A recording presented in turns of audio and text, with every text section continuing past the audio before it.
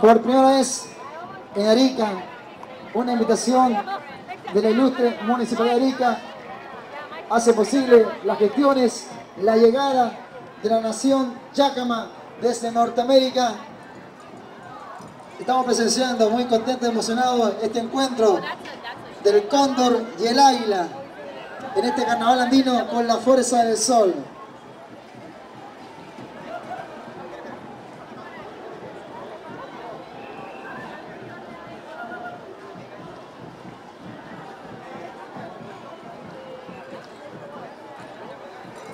Algunos amigos ya se están sacando fotitos, recuerdos con cada uno de los integrantes de esta querida, hermosa delegación desde Norteamérica, la nación Yakama,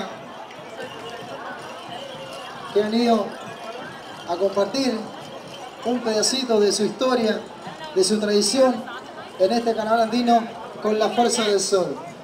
Welcome, Arica, Chile.